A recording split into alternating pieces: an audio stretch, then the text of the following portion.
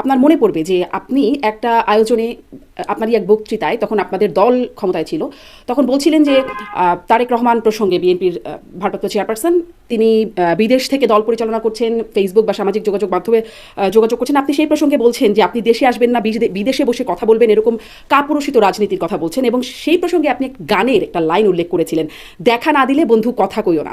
এখন আপনার এবং আপনার দলের উদ্দেশ্যে এই লাইনটি ব্যবহার করছে বৈষম্য বিরোধী ছাত্র আন্দোলনের সমন্বয়ক হাসনাত আব্দুল্লাহ সার্জিস ওনারা। এই বিষয়টি থেকে আপনারা বা আপনি বিব্রত?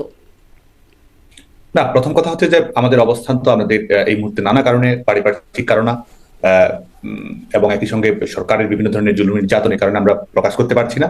আর দ্বিতীয় বিষয় হচ্ছে যে আমাদের নেতাকর্মীরা আমাদের দল পরিচালনা করছে, আমাদের তৃণমূলের নেতাকর্মী যারা রয়েছে, ছাত্রলীগের কর্মী যারা রয়েছে, সাধারণ শিক্ষার্থী যারা রয়েছে, তারাই নিজেদের ঐক্যবদ্ধ করছে, সমস্ত ধরনের প্রতিকূল পরিস্থিতি মোকাবেলা করছে।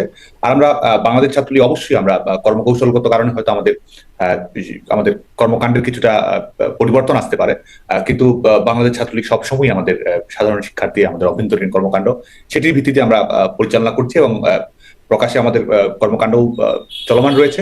সেটির আলোকে আমাদের কর্মসূচি আগামীতে অব্যাহত থাকবে বলে মনে করি। জি। মানে আপনি আসলে খুব বিব্রত কিনা সেই প্রসঙ্গ বুঝলাম না, আপনি মনে হয় বিব্রত না? না, দেখুন, গোটা দেশই এখন একটি বিপর্যয়ের শিকার অবস্থার মধ্যে রয়েছে। আপনি স্বাভাবিক সাংগঠনিক কার্যক্রম পরিচালনা করার মতো বাস্তবতা বাংলাদেশে কিন্তু নেই। আপনি জানেন যে ইতিমধ্যেই এই অবৈধ অগণতান্ত্রিক অসাংবিধানিক সরকার এক ধরনের নিষেধাজ্ঞা আরোপ করেছে। যারা কর্মকাণ্ড পরিচালনা করছে তাদেরকে গ্রেপ্তারের আওতায় নিয়ে আসছে। এবং এই অবৈধ সরকারের প্রধান ডক্টর ইউনূসের কিশোর গ্যাং, তারা এক ধরনের গোটা দেশব্যাপী তারা এক ধরনের কর্মকাণ্ড পরিচালনা করছে, মানুষের জন্য জীবনহানিকর। ইতিমধ্যে অনেকে মৃত্যুবরণ করেছে। তো সার্বিক পারিপার্শ্বিক অবস্থা কিন্তু বিরাজ করছে বাংলাদেশে। দর্শক, সম্পূর্ণ ভিডিওটি দেখলেন, অবশ্যই আপনাদের মতামত কমেন্ট বক্সে জানিয়ে দিবেন।